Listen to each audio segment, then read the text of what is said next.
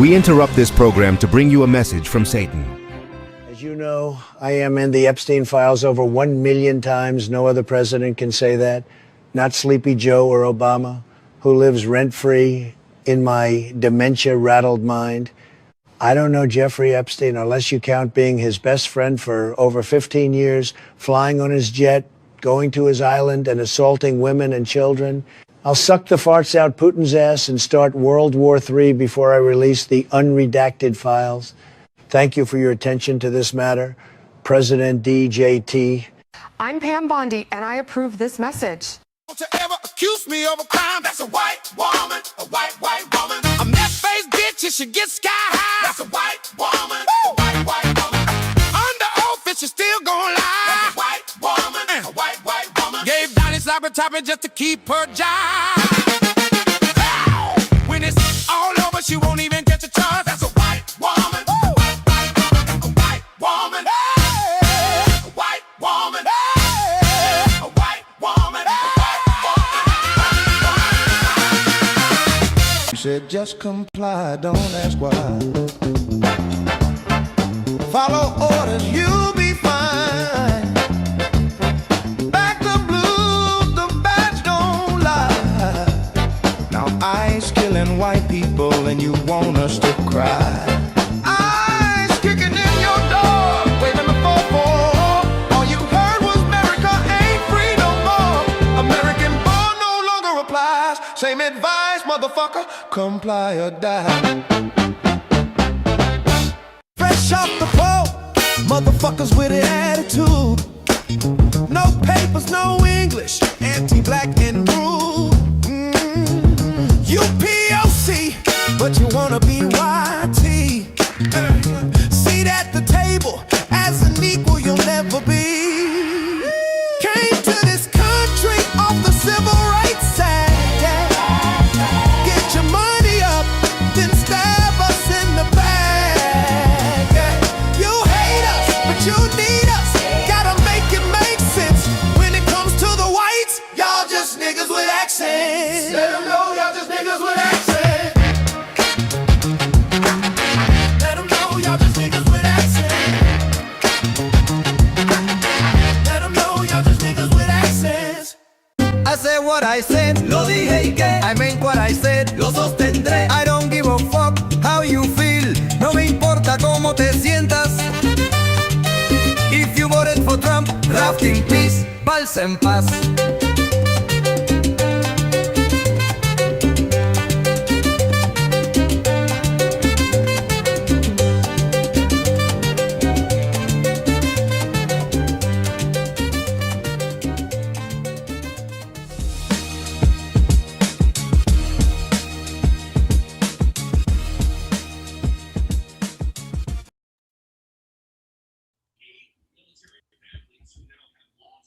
You're on mute.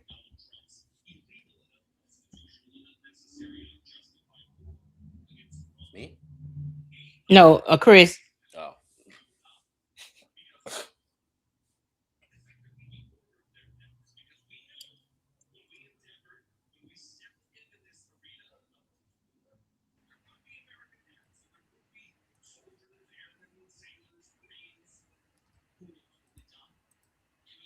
All right, can you hear me now? Yeah. All right, hear me? Okay, sorry about Yeah. that. Hey, guys, hey, welcome to For the People podcast. I'm your host, Vision X, and this show is for the people, by the people, to bring power back to the people. We are joined by our veteran queen of judges herself, Miss Nikki. Hey, everybody. Welcome back. And we are joined by a history teacher. We don't get to see him often, but Mr. Stone. What's up, y'all? All right, y'all. So we have a packed show today. We might have a few other people joining us today, but for right now, it is just the three of us. So I'm going to say hello to everybody in our comment section: Jason B, HACF, DDS, T Coop, and Blue Skyline. If there's anybody else that is joining us on any of the platforms, please make sure to come to YouTube if you type a message and it doesn't come through, because this is where everything is kind of stationed at. Also, if you guys are on Rumble or on Twitch, please make sure to go follow us at FTP Podcast Show on there.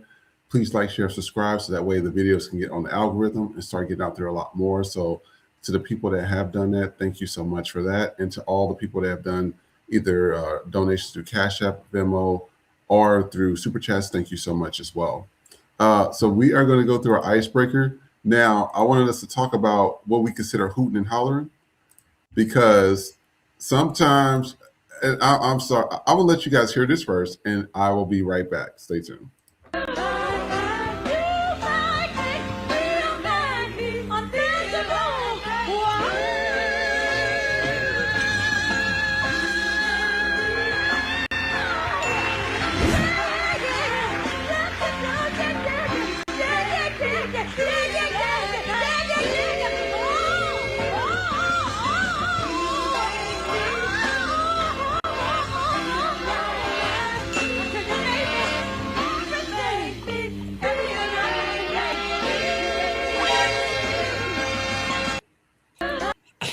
Aretha don't look impressed at all. Gowns, beautiful gowns. Beautiful gals. Somebody says, unpopular opinion, Mary J. Blige can't sing. She makes relatable songs. There, I said it. Yeah, that's where I was going with that one. Another person says, Mary hooted at Aretha so Billy Porter could holler at Mariah. And another person says, Mary had no business attempting to sing that song. So, you know, I want to ask you guys this question. You know, do you think Mary J. Blige can sing or not? And also, who are some other people that be hooting and hollering that had successful careers that should not be where they are today? Nikki, I'll let you go first. Okay, Mary. Okay, Mary. My life got me through some shit. Okay, my life got me through my mom's death, a lot of stuff. But I agree with that comment. She makes relatable music. Mary has never. She is the queen of hip hop soul, the genre in and of itself. We can't deny that. But we also not gonna sit here and act like she's the pristine vocalist. Can she carry a note in a tune, depending on the note in the tune? Yes, very, very much so. But you have artists that are performing artists, and then you have studio artists. Mary leans more towards studio artists, because when you see her on the live performance, you got to think there's the backing track, there's all this stuff. But a lot of singers are studio singers, and when they get on that stage, it's a different story. So I agree with that first comment that, you know, she doesn't have all the vocal ability, but she does make relatable music, and it's like she is the quintessential auntie. You know what I'm saying? Like she is, and then even back in the 90s, you know, she was the ghetto girl, but we could relate to her. Her pain was our pain, and I think that's what's kind of carried it through. So no disrespect to the legacy, because the catalog is long, but vocal, like range wise, it's not going to give you a Beyonce, a Whitney, a Mariah. It's not going to do that. It was never going to do that, and I think we know it was never going to do that. Like, if you go, I love Mary, but I wouldn't pay no money to go see Mary J. Blige, because I'm not. One, she act like she don't want to be there, and two, I'm not going to see her do this shit. Like, I can't. I can't do it. But yeah, other people. A lot of people say Jennifer Hudson hollers a lot when she sings. But we know she can sing, though. She can sing, so I don't mind when you do that, because like Fantasia hollers, but literally, I don't know, the Holy Ghost be taking over her when she be singing. So you gotta, you know what I'm saying, you gotta let her rock with that one. So I can't really think of anybody right now that hollers, and in a way, but it's a lot of people that get away with stuff. It was a long time I didn't think Aaliyah could sing, because I thought it was like the low breathy sing talk shit, and then when you really heard her do it, it's like, oh, okay. So I would say that. And Janet, I love you, but Janet know her lane. Janet knows her. Well, she's Janet knows her lane. She's a performer. Because I will say this: it's just like with Whitney. You wouldn't see Whitney try to outdance Janet. You just not gonna see that. So you have the singer and you have the performer. So I'll give a prime example: J-Lo. J-Lo is the performer. She is an entertainer. Yeah. The bitch ain't no singer. Okay, that's she ain't no singer. That's a prime example of entertainer versus singer. Prime example. No, Stone, what do you think? I'm not sure if well, I like Mary J. Blige. She's an OG of the game. Now I don't think she can like really sing in the terms like Mariah Carey and stuff. But when y'all said that, all I kept thinking about was Ray J during the verses, and he was just ass, just complete ass. Yeah. That's all I think about. One Wish was that's a studio nigga. One Wish, studio nigga. Wait a minute, studio nigga. All I need, studio nigga. No, them the three. But I will say, if you listen to Ray J first album, it's a studio album like a motherfucker. But that shit went off. I can't remember who produced it. Might have been Dark Child, I don't know. But Everything You Want was solid. They was in their pocket on that one. Yeah. But again, studio singer, not vocal. He's not touching his sister. They just said Brandy is famous. We got to get this nigga on the platform. Let's do something. He was one of them. He was grandfathered into the shit. That's how that worked. His character is such a buffoon. I'm just like, it's like every time you see him on social media, it's always some drama. I'm like, sit your ass down somewhere. Sit your rich ass down somewhere. Let the legacy of Brandy hold you up. Exactly. And we will be better, you know. So I just tell people. But what we're gonna do, we're starting off a little different. I know we be having hell, fire, brimstone, and shit like that. And it also was funny that we were talking about the pastors, right? The phony pastors and stuff. And people, I seen some people in the comments, you said not my pastor, but it's really not my pastor. Hey, I'm just letting you know from my experience, I seen pastors molesting and sexually assaulting children. I seen them having sex with the women in the church. I seen them having sex with the boys in the church. They seen them stealing, selling and doing. I mean, I'm sorry. Everybody always say that. And then a year down the road or even a couple of months, I'm so shocked pastor such and such is on TV. Praise Jesus. And that's exactly what y'all do. But when there's somebody y'all don't like, let them be a prostitute or gay, they're going to hell. They're going to hell. But that's why I told you before, when you're in church, it ain't nothing but a church comedy show. I'm sorry, that's what it is. He get up there and you said it, and then you do that, and then you got to. I'm just like, oh my God! And then they sitting there like, like bobbleheads clapping, and I'm just like, when they start to breathing. Yeah, I never paid attention, but not paid attention because that's when you know they feeling themselves when they do because it's like they're faking that because nothing is making you go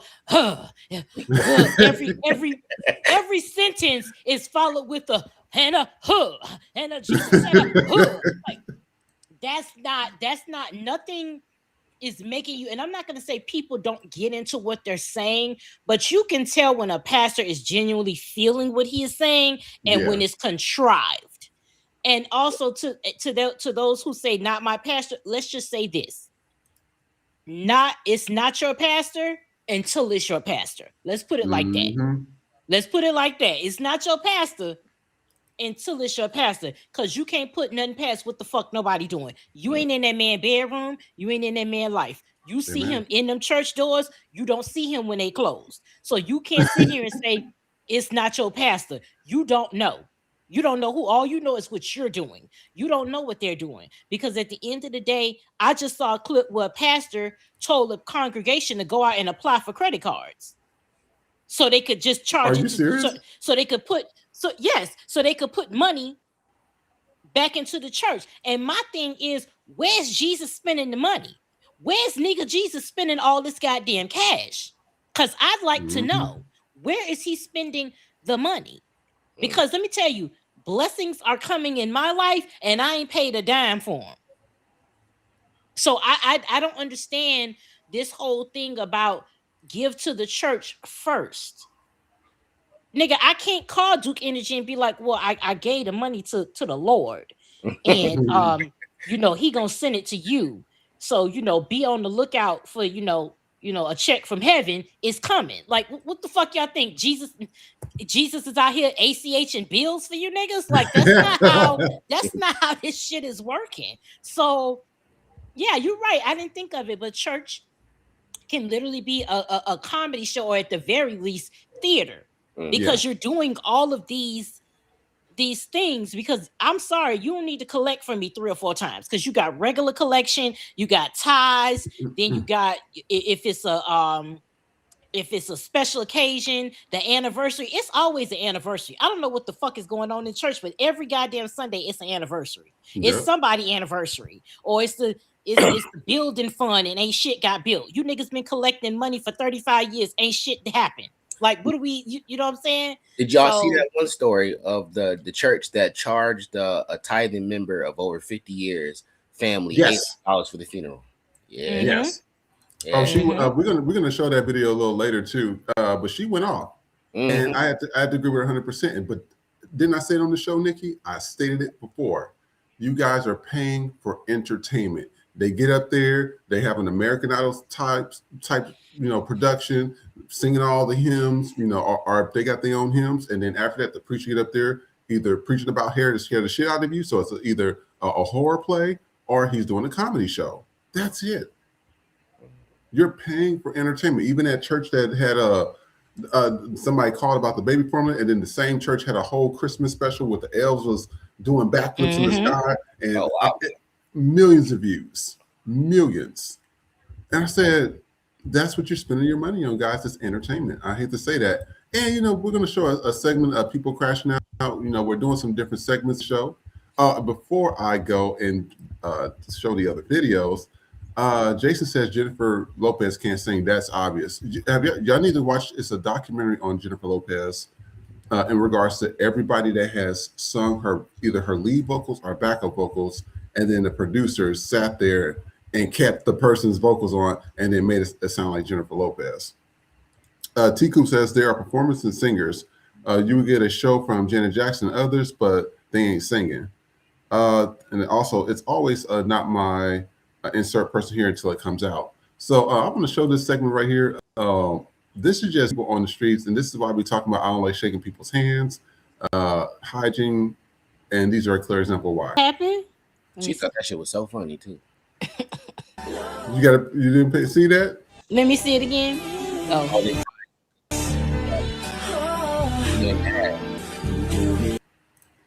And this happened in a store. Let's take a look.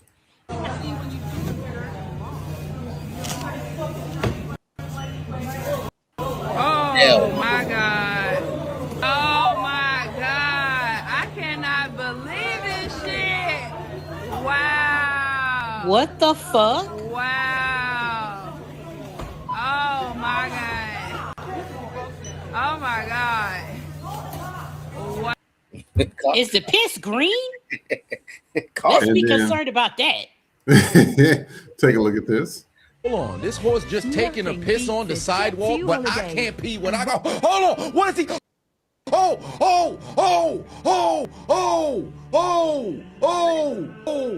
What the fuck? Wait, did he get What the fuck? Apprehend this man, bro. Throw him in prison. You can't tell me that I'm walking the streets with motherfuckers. And then this, take a look. And then take a look at this. Nothing beats a Jet 2 holiday. And right now, you can save £50 per person. That's £200 off for a family of 4. Bro, what? Golly. What the fuck? So, Jesus. So, what do y'all think? Shit, a snake. Like this is.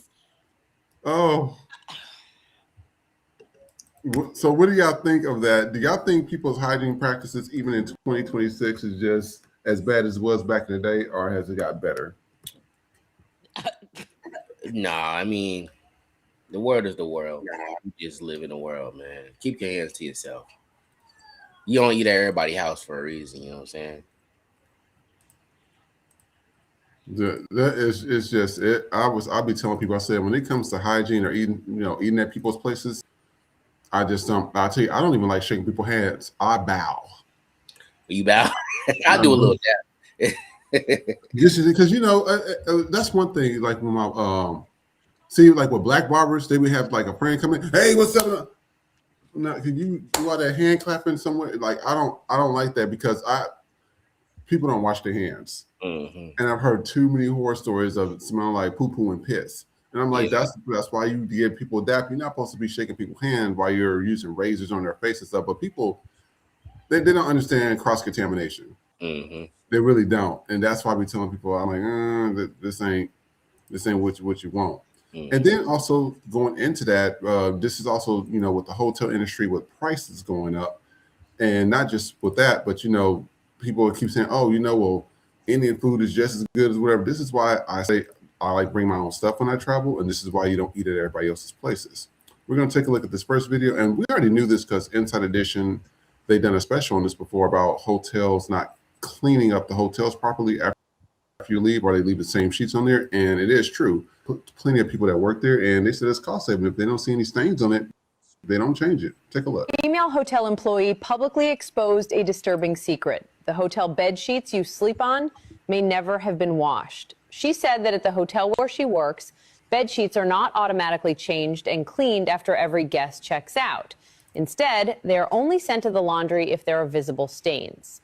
That means as long as the sheets look clean enough, they are simply put back on the bed for the next guest. She stated bluntly that one set of bedding can be used by 50 to 60 different strangers in a row. What actually gets cleaned is not every stay, only the ones that get caught. Her advice was straightforward: bring your own blanket. After the video went viral, many guests began asking a serious question. If the sheets aren't washed, what exactly are hotels charging hundreds of dollars per night for? Is this an industry-wide unspoken rule, or has it crossed the line into a serious hygiene and legal issue? Would you still feel safe lying down? A female hotel employee. And we're going to take a look at some Indian street food. Me diz aí, você teria coragem de comer uma massinha dessa aberta na barriga desse jeito? E olha o detalhe, ele joga dentro do óleo quente e pega com a mão. Meu Deus. Me diz aí, você teria coragem de comer uma massinha dessa aberta?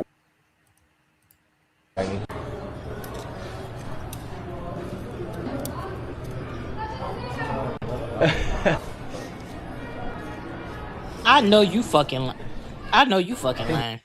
This one's dead. With fleas. So this is called an Indian mukbang. Somebody said even Jerry didn't survive that lunch.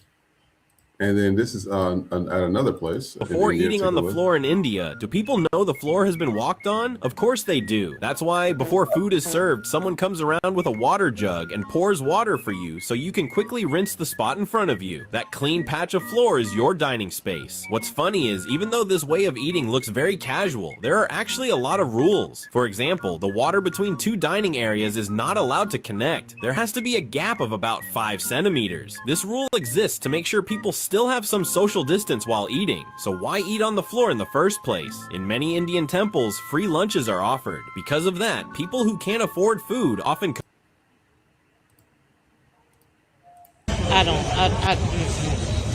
I know you.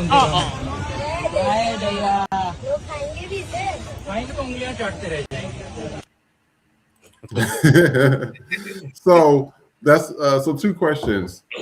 Is this certain like groups of people, certain restaurants, or certain places that you don't want to eat at? And also, like, what is some of your hotel practices? I'll start with mine. I actually learned this from one of my homegirls when she traveled, because after I started talking to some friends that work the hotel industry, if they don't see stains at certain hotels, like if they're like short staffed, they will not change those sheets. So that's why every time I go there, I always see like hair pieces and follicles in there. It's because they didn't change it. They didn't see like a visible stain or something that was spilled on it. So if they didn't see that, then they're not going to change it. So it saves on time to where they can hit each room. They pretty much just focus on the things that they can see. So that's why when you see like there's like food in between the crevices and stuff like that, if the rest of the room doesn't look bad, then they're not really going to clean it up. Secondly, when it comes to Indian food, this is why I be telling You know, it's funny. My friend always blamed the white folks for like bringing that type of hygiene over there to them. I said, but it has to be a certain type of responsibility on your people to know that, hey, in 2026, we have Google at our fingertips that tells us that this is unsanitary.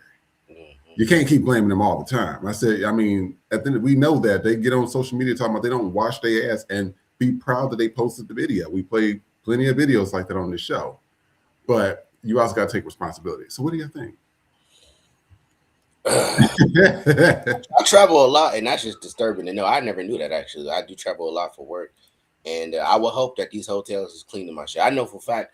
When I mess up my bed, I come back in every blue moon. My bed is made, but I now I wonder did they just remake the bed with the sheets that I already had, or did they put new sheets on and shit? Like, goddamn, it's crazy. It's insane. Okay. The Indian community, take this however the fuck you want. You motherfuckers eat like that and then come over here and be racist. I know you fucking lying. Sure do. Y'all eat like that over there. And you come over here and you anti-black as fuck to us. I beg your finest fucking pardon. I'm not eating that. I don't give a goddamn. Okay, Gandhi could come back from the dead. I'm not eating your shit.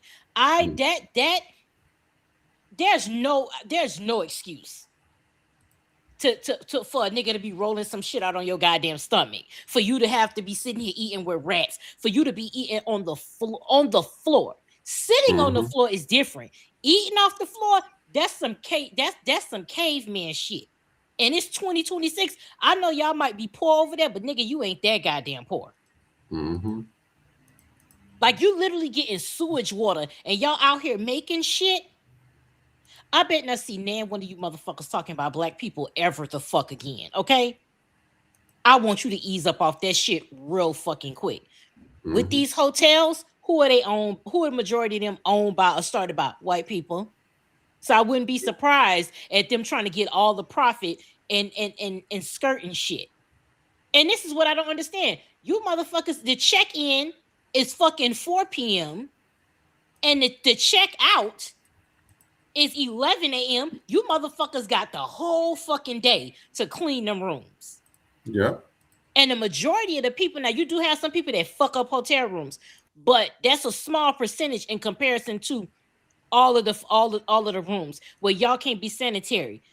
You got that white bitch coming on here saying she washing her drawers in the fucking coffee maker. So I know they ain't washing the goddamn. So now, usually what I have to do, I think COVID really opened our eyes, because I don't know how we survived pre-COVID. I really don't. Because we was out here fucking wilding. Like, now you notice everything. Like, you washing your hands constantly. It's the hand sanitizer. You're wiping your phone. We're more aware of it.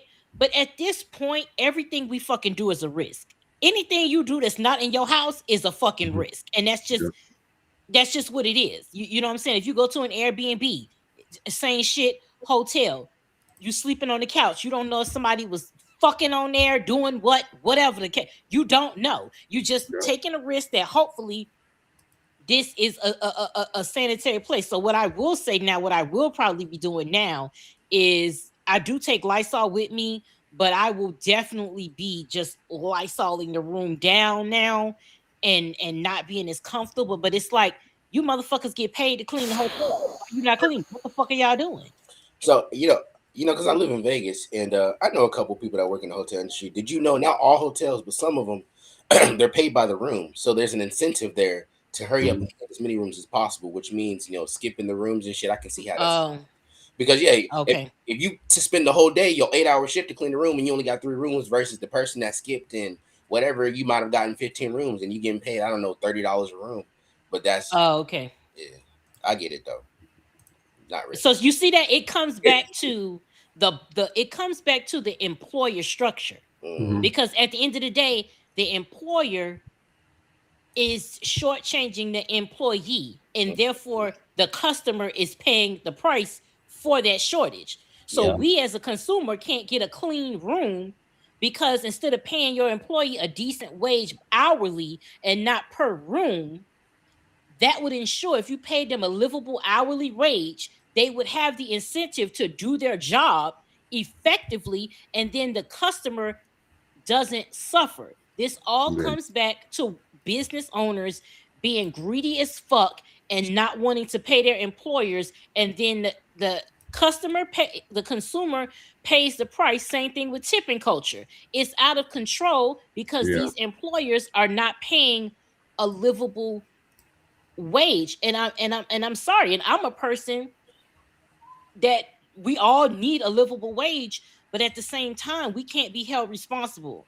for supplementing somebody else's income. Hell, we trying to make it ourselves.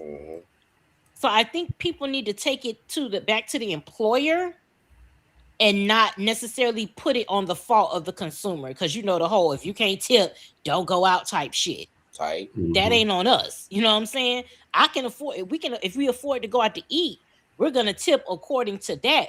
But the tip is not to make up what your boss is failing to pay you. Mm-hmm. Exactly. Absolutely. And what I want to also do is read some of the comments here. Blue Skyline says, so that's why my mother sprays the beds with Lysol whenever we travel out of town for a few days. You get that, and you can get, there's this other spray that's like non-toxic, but it has all the stuff that, pretty much, makes it sanitary, and that's what I do. Also, one of my homegirls, she bought like this whole thing. It's like a plastic sheet, and you throw it over the bed and everything. Now, you ain't gonna got no cover unless unless you are pretty much bring your own cover. But it's like a thin layer of like sheet, and she just lays on it and protect it. She washes it. I'm just like, okay, that's the way to do it. But I think that's just nasty that we're sitting here spending. Some hotels rooms be like $400 a night, $500 a night. Yeah. On the low end.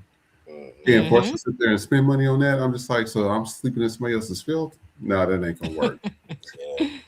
And so what we're gonna do is we're gonna go into our Latin and Hawaiian section. Everybody is starting to wake up. Everybody want to be white, and the white folks saying they don't like you. So we'll have to take a look at this and let me know what you think. We will be right back.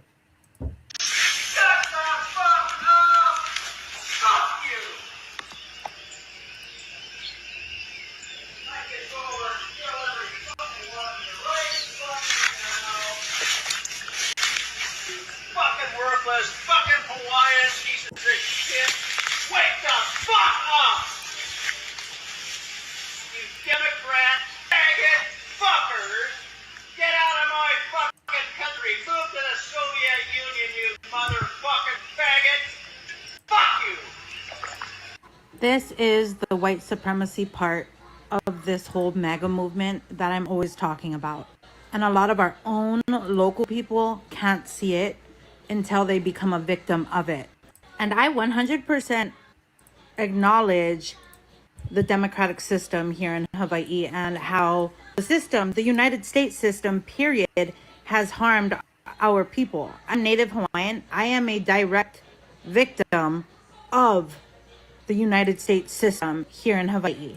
But when I tell you that the hate from white supremacy is so much more evil and twisted and is the core of the MAGA movement, you need to hear me.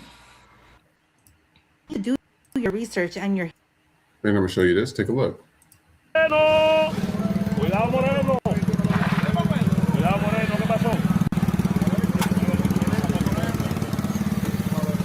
And they ain't light skin either. El que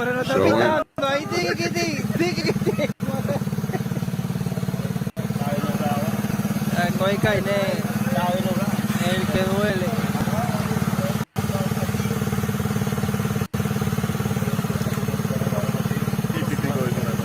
No estás ready, Sacó el pitico de una vez. And somebody commented, they said, we should all just move to Africa, keep all of our resources, and watch what happens to the rest of the world. Facts. And then another person says, I think we need to come to terms that we don't have any friends. Been saying that for a while. And then take a look at this. This happened at some restaurant. But this black woman brought to the attention that she hasn't been given any tables at this restaurant, which is owned by, I think, Asians. So take a look. You should be discreet. She's not. If I was y'all, I'd leave up out here. We gotta stand up for us. Y'all can get better service and better food somewhere else. I mean, ¿nos vamos, no? Yo diría lo mismo. ¿Por qué no mejor nos vamos? Ya tiene ya. I think that'll be good. And then I think she has the daily egg. I mean the daily. Playing, it's gonna get cold.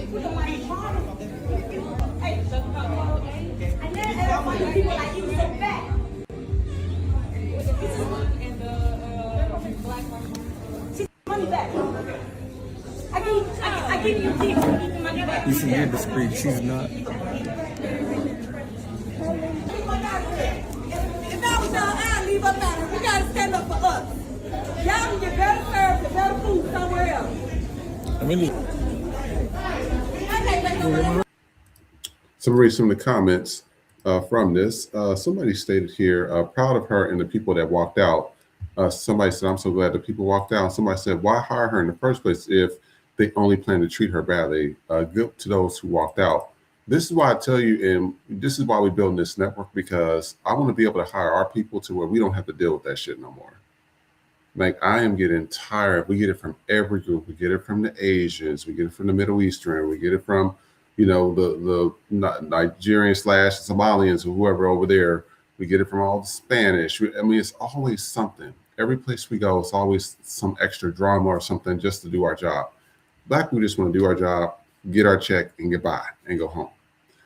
And with all the inventions, all the culture that we have created, even dominating sports, we don't need a lot of these people. We just don't. We just need to get our own shit.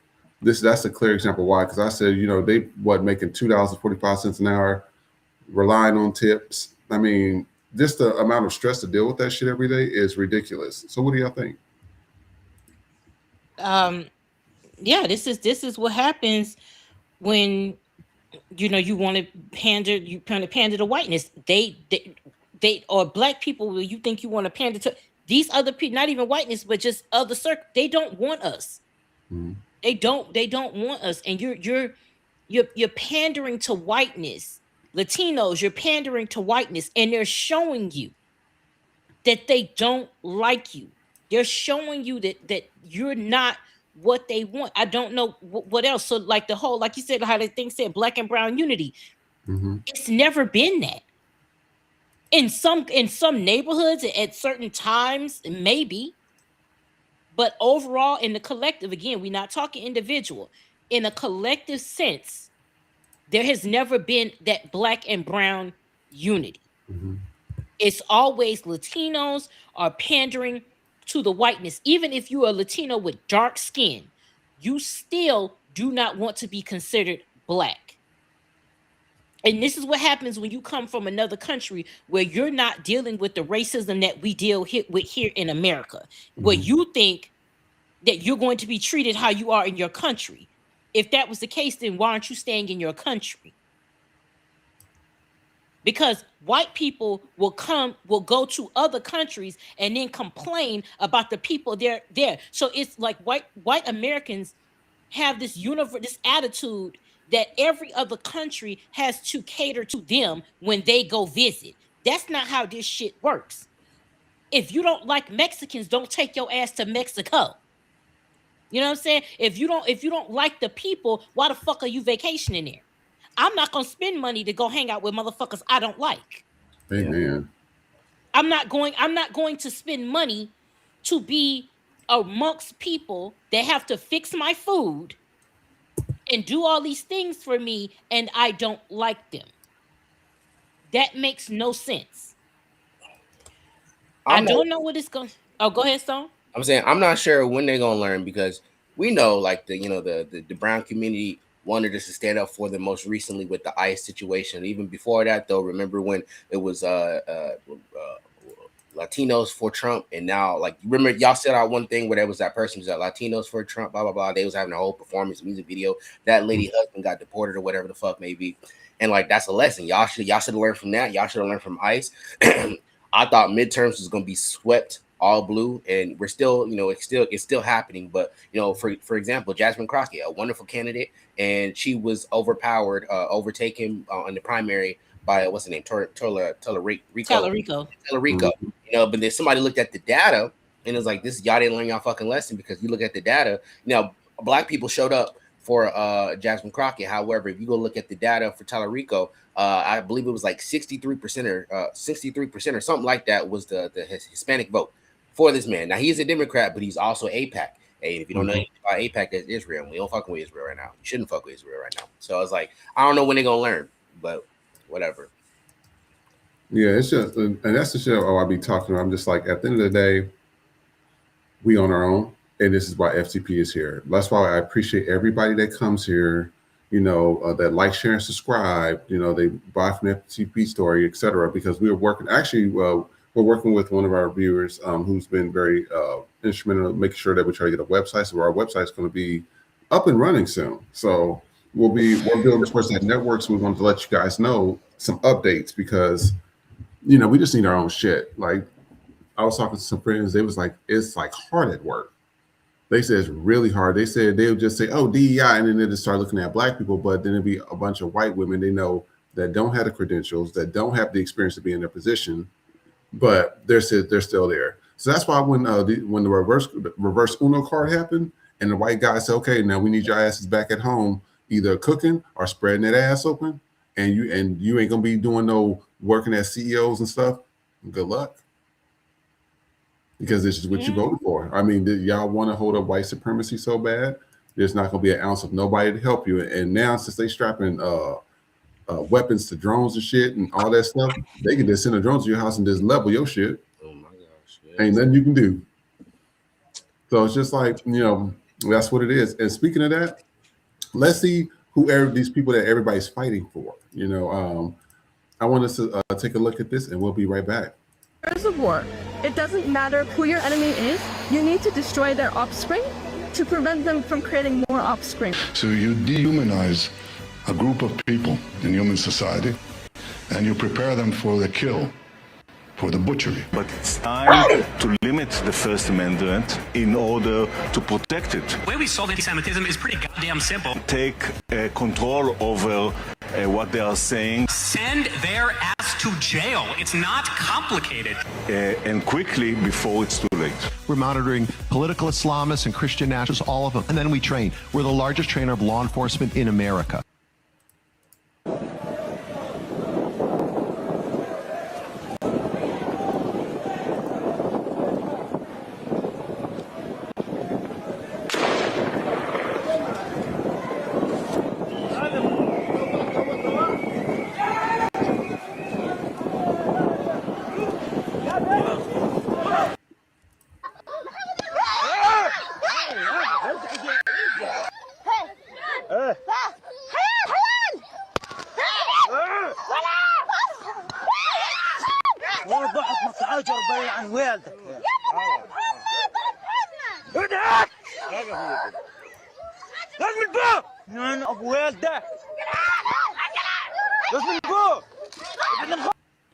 And somebody in the comments says, why do they all look homeless and like they haven't showered in months?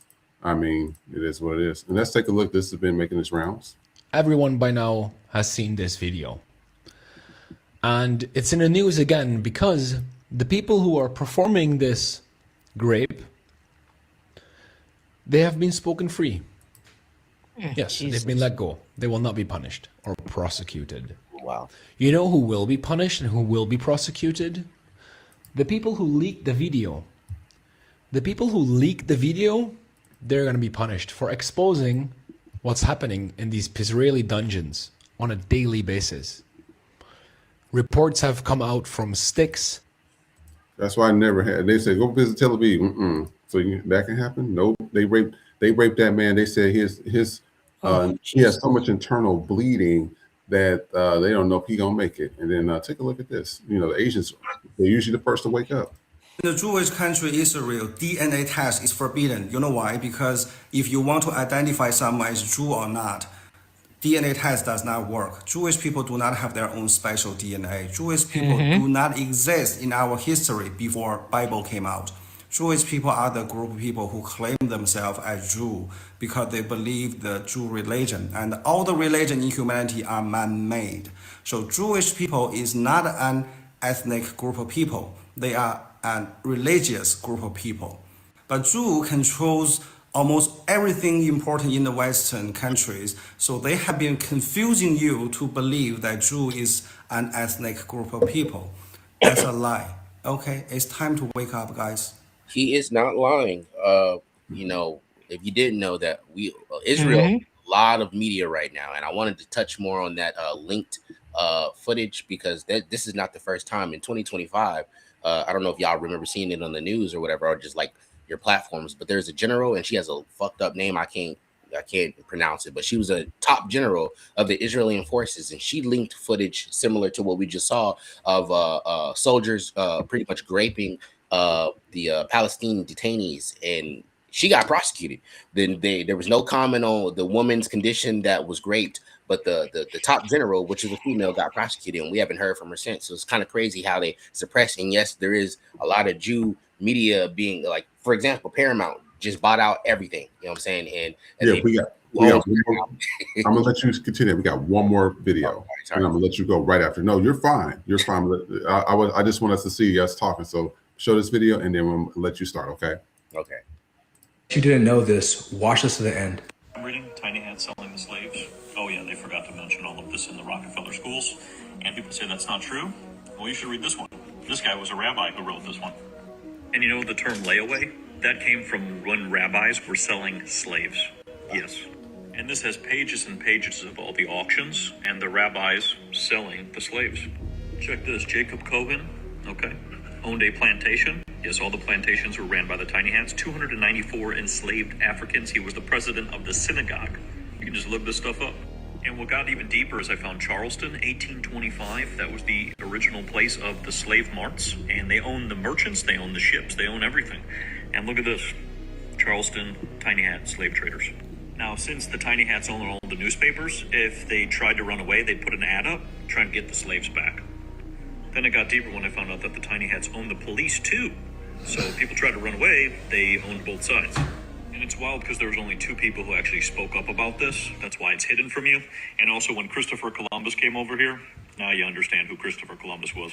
And this is why the Tiny Hats, the Charzarians, had been kicked out of all these countries. Now you start to understand. So I bet you didn't know this.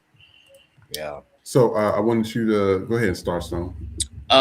Pretty much, I was talking about Paramount, but there's a lot of, when people say there's a lot of Jew hate, for example, you don't know this. I told one of these guys recently, I do executive protection and like high-end security kind of things. That's part of what I do for a living. And one of the gigs that I recently did was I was tasked to carry a rifle at a synagogue, and I didn't know I was going to be doing that at a synagogue until I got to the post. I'm like, oh damn, what do you know? The crazy world we live in. And I'm talking to some of the people at the synagogue, the churchgoers, and they feel like they're treated unfairly. Like we're only 1% of the population. Why everybody does this to us and stuff? And at the core of it, I believe these people genuinely believe that they are or the lower class or the underdog. But at the high end of the scale, I know for a fact it's billionaires influencing media and creating propaganda and whatever you may have it because they got the money to. For example, going back to Paramount recently was just bought out by a dude. I think his name was like David Ellison. David Ellison is the son of an Oracle billionaire. And if you don't know anything about Oracle, look up Oracle and see what they own. But the son of a billionaire who is now a billionaire just bought Paramount, which if you didn't know, includes BET. So now you got to look up into BET because it's no longer going to be the same BET that you know. And it's crazy because Tyler Perry tried to buy that BET, but he couldn't. He was outbid by this group, and it was like $8 billion is how this deal closed. $8 billion to own Paramount, CBS, freaking BET. The list goes on. CBS, so many networks that we all use and know, and now it's going to be propaganda behind it. And I don't think people understand how big of a deal it is for. It's people are hating on Jews because you got to think like isn't it coincidental that the Jewish community owns so much? Like you got to think about the Jewish community owns OnlyFans, the Jewish community owns Pornhub, the Jewish community owns Paramount now. They own Oracle. Why is it just a small 1% group owns so much of what is in our face? You know, there's some history behind that. When the war, there was something about when the war was happening, the Jewish community was shunned from everything else, so they focused on newspapers, and that's how they really started the media. They started with newspapers. Really interesting history, but yeah. I agree with Stone. When it comes to Jewish people, they have convinced the world, because the only person that a white person could be scared of financially is Jewish people. That's the only group. And they are the only group of people that use their religion as though it's a race. Yeah. Nobody else can do that. Black people can't. Nobody else can do that. You can have Christian. You can be persecuted because of your religion, but you don't. You're using it as like you're a protected class or something. Or every time you say something critical of a Jew, it's automatically anti-Semitism. Whereas if you say something critical about a black person or a person of color, it's not necessary. It's not automatic racism. You can critique a person constructively. They don't allow that. The moment you say anything, any type of criticism whatsoever about the Jewish community, you're automatically being accused of being an anti-Semite. And the irony is that the one thing Jewish people became, the thing that they hated, they became Hitler. They became that. Y'all love to talk about the Holocaust and everything that was done to you. You have essentially become the oppressor. Yeah. Because you own everything. And I hate it when people say that we all should take a book out of the Jewish and we should buy up everything. How the fuck we gonna buy up everything if they own it? Yeah. I hate when they say, oh, black people, y'all, you see how the Jews do this? You see how, yeah, they have all the fucking money. So if they have all the money and they own all the banks, what do you want us to do? This is the monopoly. Like, stop acting like black people as a whole or any other group, but I'm concentrating on black because I'm black. Stop acting like black people, like we're, as a collective, we just don't want to do shit for ourselves. Like we don't want a black utopia. We do want it. How the fuck do you want us to get it? You could sit here and talk about, oh, stop shopping here, stop shopping there. Don't tell me to not buy a fucking wig from China and you're on a goddamn iPhone. Yeah. Don't, or Samsung. They all coming from every fucking place but America. Nothing in your house may be in your home. 90% of the shit in your home may have been created by a black person, but a black person don't fucking own it. Because who took over the goddamn idea? Who got the patent? Either a white person or a Jew. We can only do what's within our means to do.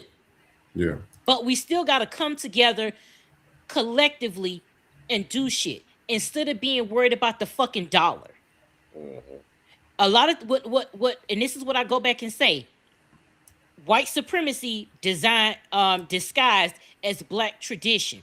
Because the one trait that a lot of black people, especially entrepreneurs, are taking from white supremacy is the greed. Yeah. Because you'll get a business and then you price out your community. Or you get a business and then you only want to cater to white people. Yeah. Yeah, you can be a black-owned nail shop, but if you're charging like $200 the average person can't afford that anymore. So you're pricing out your own neighborhood. You want to do hair, like, and we talked about this even with restaurants. Who's gonna pay $50 for parking?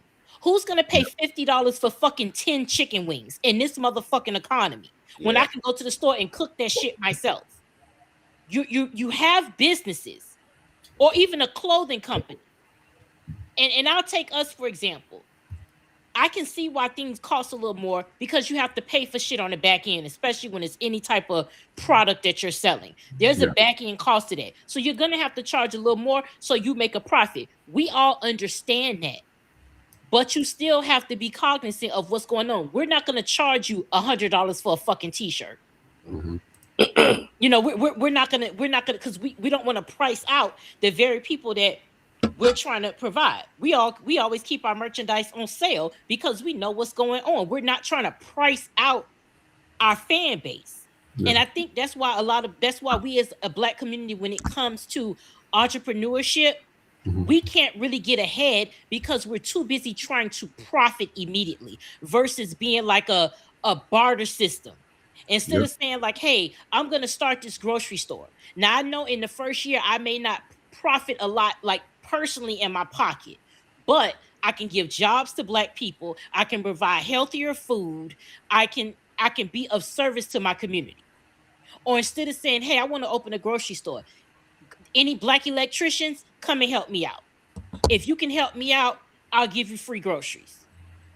Or some type of system. If we could focus on that and not the dollar first, we'd be a lot better off because we don't have the luxury of focusing on the dollar first because we're not getting it. We can't go to a bank and say, hey, I want to open up this and that. They're not going to give it to us. They're going to give it to a Latino. They'll give it to an Indian. They'll give it to an Asian, but you know they're not going to give it to us. You know, so if you go ahead, Stone. I want to tie in something you said earlier back into what you're saying, and kind of like a double entendre, if you will. You know, you earlier when we saw about hotels, you referenced how corporations are greedy and they're trying to pay, forward the bill to the consumer because they don't want to pay a decent livable salary to the housekeeper or whatever. But clinging onto the idea of greedy corporations, did you know the Walton family, aka Walmart, who owns slaves by the way, they were recently in a lawsuit because you're talking about how like small business owners are paying, or especially in the Black community, might be outpricing their own community. But sometimes, not all the times, it's not by choice because there's corporations like Walmart that are using like predatory pricing tactics to pretty much there's a lawsuit is pretty much saying that Walmart used predatory tactics to outprice small grocery stores. So for example, like in this documentary and in this lawsuit, two things, you got to check it out. I got to find the name of it. But pretty much they were saying that like Walmart had a deal with Pepsi, and Pepsi, Walmart is one of Pepsi's biggest clients. Pepsi put out a statement that Walmart literally makes 1% of their entire income. So if Walmart decides to stop fucking with Pepsi, that's going to hurt Walmart. So of course Walmart's going to listen to what Walmart has to say. Pepsi's going to listen to what Walmart has to say. And so like, let's think about Aldi or something. Aldi wants to buy Pepsi products, right? But they're starting to buy more Pepsi products and lower the price, lower than what Walmart would sell it for. Well, Pepsi has that data and realized that they sell the Pepsi product lower at Aldi, would report it back to Walmart, and Walmart would give an order to Pepsi to literally raise the price on like the back end to Aldi. So they would have to force to buy it. So for example, if they bought it for $1 a case and then now they're selling it for $1.20, but it gets back to Pepsi, aka Walmart's going to instruct all Pepsi to sell them the Pepsi at $2 a gallon, $2 a case, so they can, no way in hell they could sell it at $1.20 without losing profit. And that was happening on a bigger scale to big corporations like Food Line and Aldi, but even smaller grocery stores like those ones that we might see in our own communities, those mom and pops. So that's why I want to say that. Come on, you come on with the numbers and the stats and analyticals. Please look up. It's crazy as hell. But yeah. I'll be telling people, I mean, you have to look at the stats. That's why when I tell people, when we're looking at these numbers from it in regards to like, the Tallarico and Jasmine Crockett election, I said, stats matter. I said, this is why you guys got to stay informed. And what gets me is that, Nick, you were talking about, we got to raise our prices and everything. I was me and Samson had a good conversation. He'll be joining us in the next few weeks. But it's this whole thing with Black people. I'm just like, if we can just band together and cut out all the bullshit, we will be good. And that's the problem. He thinks we cooked. And I'm like, I'm actually agreeing with him. But at the same time, I said, if we can just get that small sector and build and get our shit together, you can't. I mean, just like Harry said, you can't take everybody. Yeah, it's just not going to happen. I realized that last week when we were talking, and somebody asked me a question. Well, if you see them burning, and they made a choice to be a part of this whole dystopia, and they're on fire and stuff, I've said, who did they vote for? That's the only thing I can say. Who did you vote for? Who do you support? Do you still feel that way? Oh, let me see their Instagram. Let me see their text message. Let me see their emails. If you were recording the phone, let me see all the stuff, and that will give me the information to this person. All this stuff has been being tracked by people. So that's why I said, let me see their works. And if their works was not what it is, they'll just be burning on the street. I'll walk by like they don't exist, because they would did the same shit to me. And I had no problem with them. And we're going to take a commercial break and be right back, but we're going to dive in a little bit of a history lesson. And so, Stone, I hope you're ready for this. So let's stay tuned, and we will be right back. You said just comply, don't ask why. Follow orders, you'll be fine. Back the blues, the bats don't lie. Now ice killing white people and you want us to cry. Ice kicking in your door, waving the 4-4. All you heard was America ain't free no more. American born no longer applies. Same advice, motherfucker, comply or die. Fresh off the boat, motherfuckers with an attitude. No papers, no English, anti-black and rude. You POC, but you wanna be YT. Seat at the table, as an equal you'll never be. Came to this country off the civil rights side. Get your money up, then stab us in the back. You hate us, but you need us. Gotta make it make sense. When it comes to the whites, y'all just niggas with accents. Let them know y'all just niggas with accents. Let them know y'all just niggas with accents. Let them know y'all just niggas with accents. I said what I said, lo dije y que I meant what I said, lo sostendré. I don't give a fuck how you feel, no me importa cómo te sientas. If you voted for Trump, rest in peace, paz en paz.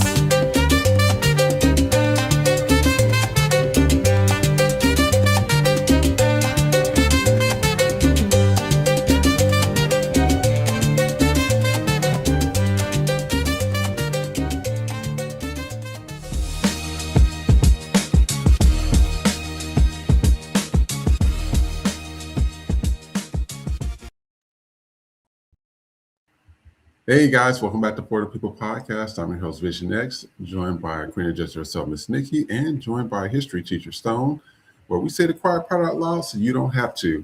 And what I'm going to do is just open up something here real quick before we continue to dive into the conversation. Just, show, get our energy up a little bit. This is just to show, how performers used to perform. And remember, if you are watching, and this doesn't show on the replay, the stuff that we play live is what's played live. When it has this final edit, you will not see all that stuff. So attending the lives is just wanted to put that on there real quick. I'm telling you, we don't get performers like that. I'm sorry. Janet was. Chris Brown is a good performer still. He's a good performer, but he talks too much. His mouth overshadows his talent. It's just like, dude, just shut up and dance and sing. You know what, Janet? That fucking TV was on 100. The volume was all the way up, and you was still straightening. Volume would be sky high, and you still be like, "What, Janet? What?" But, we love it. But listen, I've seen her perform. The Janet tour will forever be in my brain, because to see that live was like an event. Because if it's forever my shit, to see that perform live, you can't deny that part. Chris Brown, I'm side-eyeing the fuck out of Jill Scott because she said that nigga is the king of pop. No, baby, that's MJ. I don't. You know what? Jill Scott kind of get on my nerves, anyways. She has this. attitude. Yeah, it's just like, Jill, baby, I love you, but no, that was not the fucking take. That was not the take. That nigga can backflip. He can pop, lock, and drop it. But let me tell you something. Michael could stand on stage for a solid 15 to 20 minutes. White folks, everybody losing their fucking mind. Okay? Nobody is doing that today. Hell no. Beyonce ain't doing that today. And seeing Beyonce changed how I saw her. Honestly, it really changed how I saw her. Nobody is doing that. Imagine paying money. Bitches used to pay money to see Michael and pass the fuck out.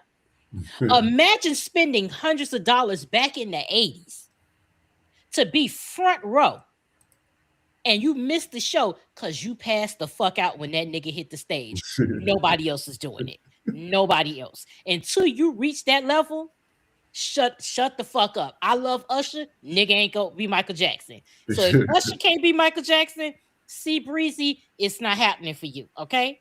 That's it. And Usher talented. Boy, that boy talented. He need to get his flowers. Exactly. Yes.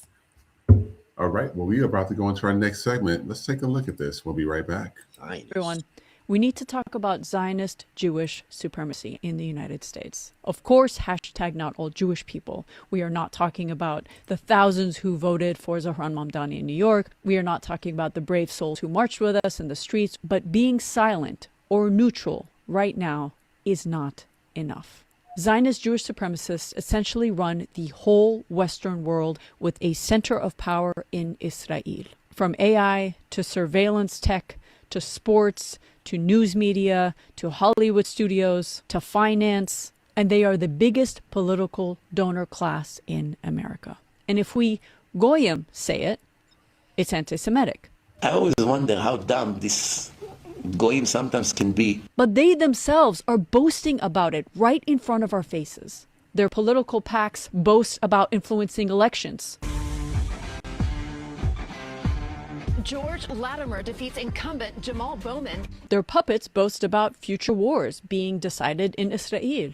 The wars of the future are being planned here in Israel. They literally tell us they run social media. Social media, messaging apps, video games, cryptocurrency, podcasts, short-form video, Wikipedia, LLMs. We monitor these people and we share the intelligence with the FBI. That thanks to Google and SEO will follow you for the rest of your life. They are telling us exactly what they are doing and what they plan on doing.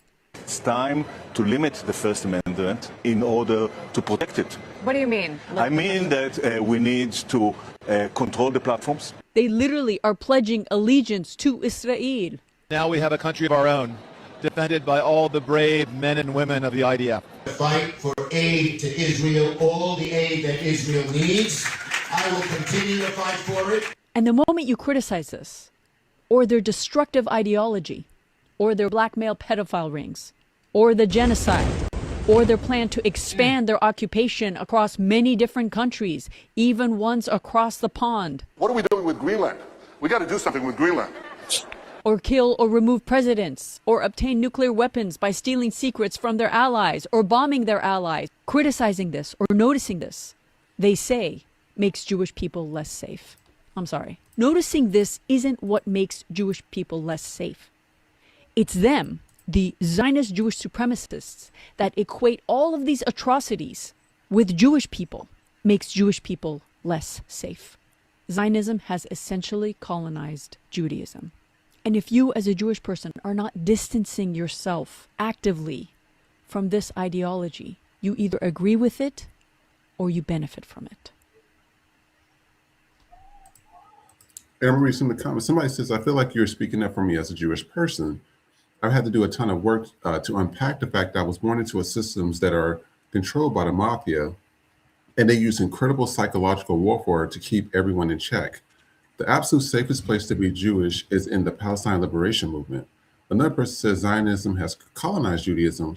We American Jews need to openly condemn Zionism. We need to realize we were sold a lie about Israel and Zionists our whole lives. And then take a look at this and might put this montage together. And please remember, it has music. So if you don't see it in the playback, that's because it's doing it live. Don't look at what's in front of you. Boost, boost, food, food, moving up and down again.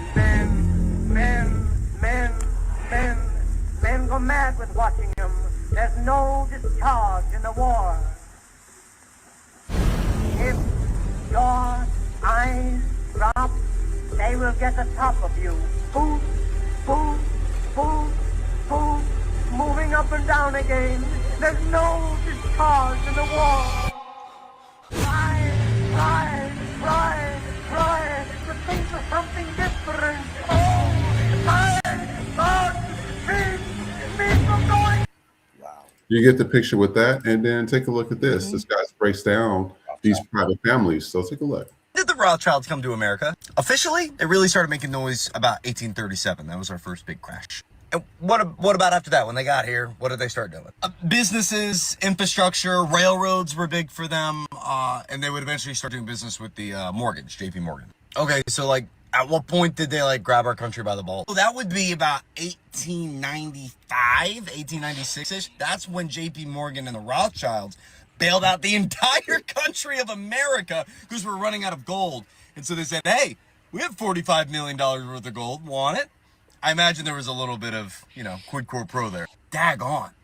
And then there's 1910, the Jekyll Island meeting after the 1907 bank panic that led to the 1913 formation of the Federal Reserve. And that was all because of an island that they met at that was owned by JP Morgan, and the boat that sank that was owned by JP Morgan that kept the Federal Reserve's naysayers from getting the meetings. And now we have a central bank that's controlled by Rothschild Rockefeller money. Jeez. And then that's not to mention the Revolutionary War, the War of 1812. They pressured America heavy to finance it. Even the Civil War, they were on both sides in the Napoleonic War. And guess what? The first thing our central bank funded after it was founded in 1913. 1913. That would be. Did they fund? Oh God. 6 months later, World War I. Well, that's all bad, but at least it stopped. Shortly after that, Britain would write them a letter saying, hey, that land in the Middle East that you want, we're going to give it to you, Mr. Rothschild. Israel, it's all yours. Oh. The reason you can't afford an engagement ring or a wedding band, it's because of the Rothschilds and the De Beers Diamond Company. Yep. In the mid-80s, they created an M&A company. An M&A company is a merger and acquisition company. Think private equity, but before private equity. And guess what they did with we might need to slow down, but what did they do? They were using it to get involved in Wall Street. They wanted to infiltrate the New York Wall Street monster that had been forming in America. You want to know what they did to do that? What did they do? They did it by sending somebody to New York City to oversee the purchase of Macmillan Inc. Macmillan Inc. was a media company that would be McGraw-Hill, which is responsible for a lot of the elementary school books that you and I were raised on. Do you want to know who they sent to New York City in 1988 to do this?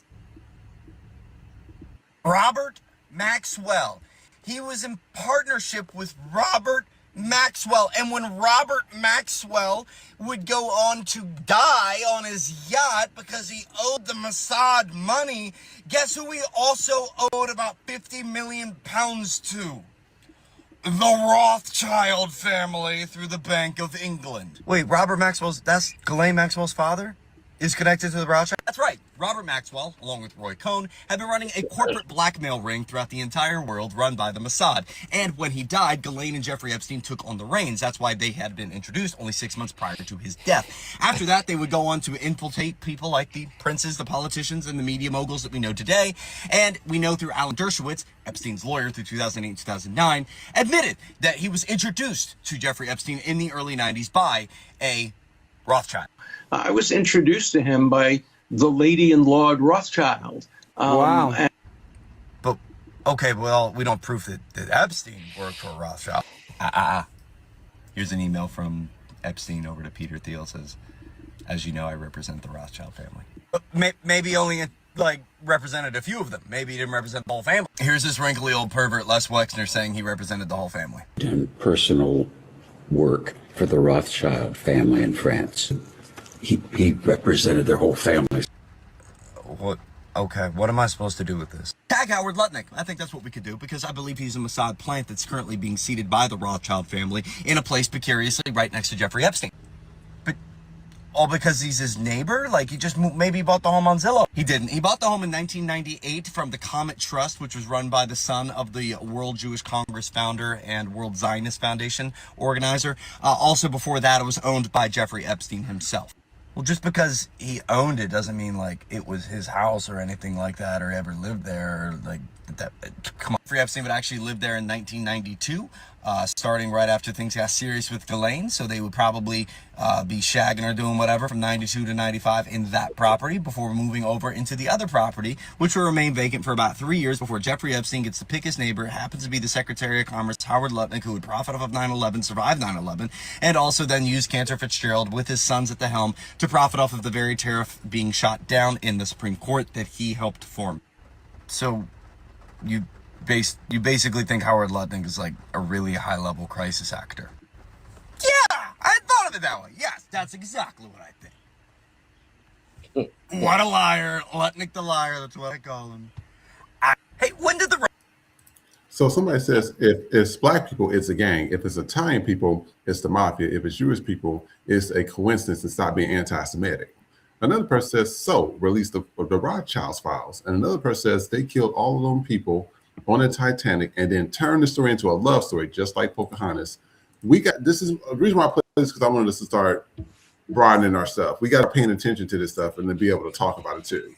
And this stuff right here, I mean, when you start looking at it, because they own the U.S. bank. That's why they keep talking about, oh, it's going to be an attack in L.A. There's a whole insurance policy on the U.S. bank big building down here, huge one. I said they can do. That's why I don't go into any crowds. People say, oh, you want to go to the movies? No, I'll go on the movies during an off day where it's only 1 or 2 people in the goddamn theater.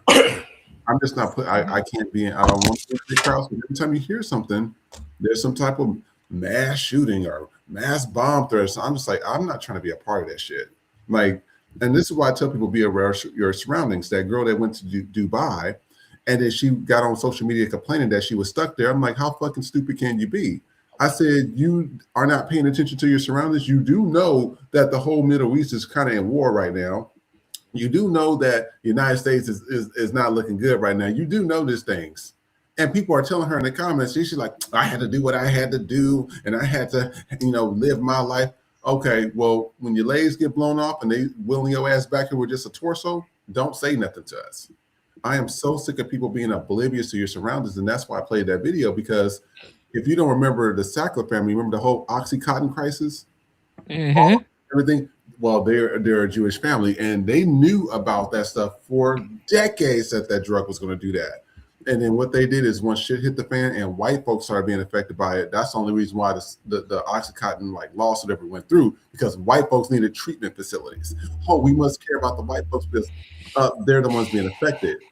That's the shit we'll be talking about. Y'all didn't give black people that same opportunity. What we got was jail, and y'all had them at fucking resorts.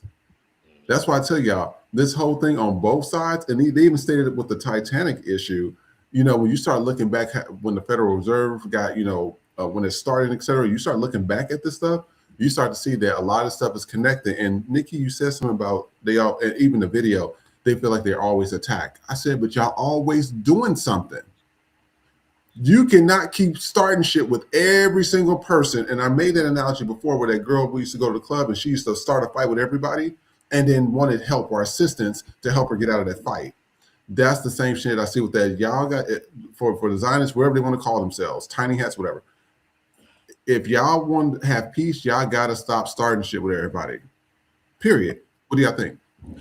I agree with a majority of everything you just said. And history lesson in the 1800s, I believe, 1800s, 1900s, so in that area, whatever. There was a large migration of Jews to the United States from Eastern Europe or whatever the case, and they faced discrimination not as bad as us, but they faced discrimination also to add on to the Holocaust and stuff like that. And so a lot of the Jewish people, not everybody had the Rothschilds level of money and success, but a lot of Jewish families were barred from banking and stuff like that. And so the alternative for a lot of Jewish communities or Jewish people were to go into media. Did you know the founder of Paramount is Jewish? One of the founders of Universal is Jewish. One of the fucking founders, I think it's a brother, Barry Warren. He is the co-founder of the Warren Brothers, Jewish. A lot of these, the core foundation of Hollywood is Jewish people. And then you wonder why fucking when it was 1940s when all this was happening, fucking not even 20 years later, now you got Epstein coming into Hollywood and doing everything he did, and now we learn Hollywood is just a big ass cult of the Epstein class, because early on the Rothschild family was building their equity with J.P. Morgan, but equally you had these other elite Jewish people coming in and building up Hollywood that America is known for. We are the staple of Hollywood. You know, everybody thinks about LA. I gotta make it to Hollywood. I gotta make it to Hollywood. You know, but they then that elite class of Hollywood members end up being what we now know as the Epstein class. So yeah, it's when I tell you stuff gets like darker and darker. And there was a video I want to show, but we got some other videos with the show. But it was talking about vampirism, right? And I said, it was spot on. I said every time I would talk about it, and then the shit will pop up on my feed. I'll tell you, this phone be listening. It popped up on the feed, and it's talked about everything that was in the Epstein files, where they were like torturing these children and drinking their blood, because of when they torture them, they draw the blood from them, and they're taking that. Said almost everything I said, everything. I'm just like, I said something that's very demonic about him. That's why it was funny. I was talking to some black people this past weekend as well, and they were like, oh, you know, that just sounds crazy. And I said, okay, so you believe in Christ? Oh yeah, I believe in Christ. I said, so you read all these stories in the Bible from all the different demons that was in there, from Molech to Baal, whatever, and your preacher gets up there and preaches that shit about idol worship and stuff like that, and they were eating people and molesting people and etc. I said, so you will sit there and believe in that, but you won't believe that shit's still happening in 2026. Oh, well, I said, that's the fucking problem. That's why these damn pastors can lead y'all dumbasses, because y'all don't have any comprehension skills or common sense to decipher and read between the lines. Sometimes you don't even have to read between the lines because the shit's right there in your face. The little girls are doing hopscotch right in front of you singing a goddamn song, and you still don't understand it. That's why I tell you, I don't argue with people that's not my equal no more. I'm just not doing that. Nikki, you have something to say? No, I agree. It ain't all. It's what do we say? It's not all Jews, but it's always a Jew. You can't keep.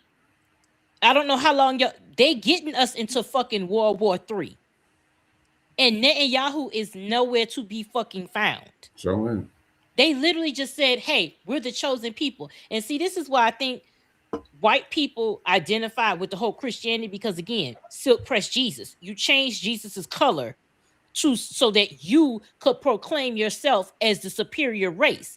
If God is white, then I'm white, so I'm superior.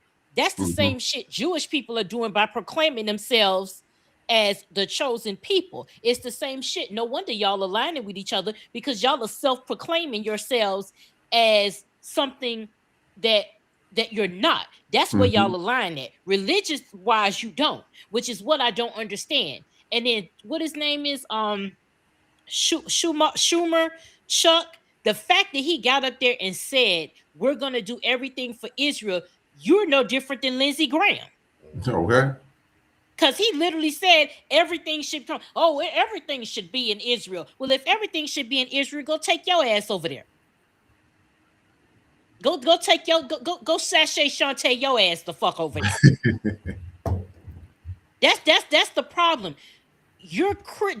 America is hell bent on being Christian nationalists, but you're giving all your money to people that don't believe in Christ. How the fuck are we working this out? You're giving billions of dollars to people that don't believe in Christ. So we're having this war, and make no mistake, it's a war. And this shit is going to turn into World War III. Mark my fucking words. Oh, yeah. And when oil is not going to be 200 barrel, that shit might go to 3. Because I was watching this guy follow Mr. Global, and he's like an expert on oil and gas and all this stuff. And he's like, 3 weeks of this shit can start global devastation. Trump is trying to ride this shit out into the midterms. Yes, he is. That's what he's trying to do. So now you're fucking with other countries' money. You ain't fucking with the church's money here. You fucking with the church's money everywhere else. And they're not going to take a liking to that. So we starting a war on behalf of somebody else, and the person we started the war for is nowhere to be fucking found. In hiding. You know, no, It is in hot. his family in Miami, actually. His Oh family. yeah, his family in Miami. Drinking But his bitch espressos. ass, Drinking espressos on the balcony. Yeah. exactly. But his bitch ass ain't nowhere is nowhere to be found. So what I want is for all you Trump people that's moving the fucking goalposts, and now all of a sudden you don't care about gas prices going up a little bit because we're liberating a fucking country. Meanwhile, he's trying to be a fucking dictator over here. Now, when that oil hit 200 a barrel and gas is gonna be $8 to $10, well, I want to hear what you got to say. Now let that shit go to 300, and we looking at $15 a goddamn gallon. If gas get that fucking high ever, nobody's working. Nobody's working unless it's from fucking home.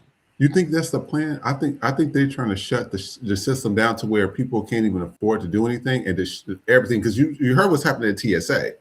The people, I said I wouldn't be showing up to that bitch. I've been seeing long lines. I said, you got me. I'm not. First of all, they didn't pay you guys the last time. They made a whole public announcement that we're giving you these checks, and then the checks weren't even real. So all that shit that they did was bullshit. And then y'all keep, baby, TSA, the whole thing will be shut down. Speaking about TSA and airports, going back to the corporations footing the bill to the little guy, because of these wars, America's not talking about it. But if you explore your international news, we're getting sanctioned by other countries right now. One of the most closest to home is Canada. Did you know Canada recently just introduced a fee for commercial airlines? Not even fucking the government planes, but commercial airlines. If they want to fly in Canada airspace, they have to pay a certain fee now. Okay, so if now these airlines like American Airlines has to pay a fee, who do you think is going to foot that bill? Who they going to foot that bill to? Your price, your seat's going to go up. You know what I'm saying? So it's bigger than what they're trying to lead on, but everybody's going to start feeling the devastating effects from the war and the impact of the war. Obviously, our tax dollars going to this war. They're spending fucking $1 million for every $23,000 missile. You feel me? Yes. Ridiculous. But people going to start feeling it. They're going to start feeling it. And this is what I said, but when that happens, I'm telling people, it's going to be too late. And just to think this is all because of whiteness. Everybody want to be white. And I'm just like, if you just be yourselves and be proud of who the fuck you are, we would not have to go through this shit right now. but that's the problem. And the white folks want to be the elite class, but the elite class, like, you are never going to get up here, ever. What's the term? Like these tiny hats, they always making up some terms. Shit, they ain't made up no new engineering. They ain't made up no new airplanes. Goyim. I said, we can make up Goyim and stuff, but that's the last year I produced in the last 100 years. I mean, that's the shit I be talking about. It's like they're just not producing anything but negativity and evil. And even just to hear that term, and I said that sounds derogatory. I don't even like a goyim. It just sounds derogatory. Yeah, it does.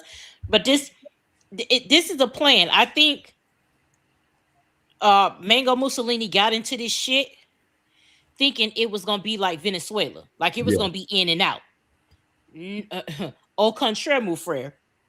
They coming. Iran ain't with the shits. They're not. So they're not, because when you listen to the coverage, it makes my head spin, because we 100% took them out. So if you 100% took them out, why the fuck are you still there? Why are you still bombing them if you took everything out? Now let's look at it from this aspect, because I saw a video today where it was from Crooked Media, and they went down the list of like this war, comparing it like the Iraq war. There was a woman out of the 13 soldiers that have died in this Iran war. She was 39 years old. She'd been in the service for 20 years. That means she was there from 18, 19. She was a few days away from going home permanently, I guess getting out of the service. She's dead now.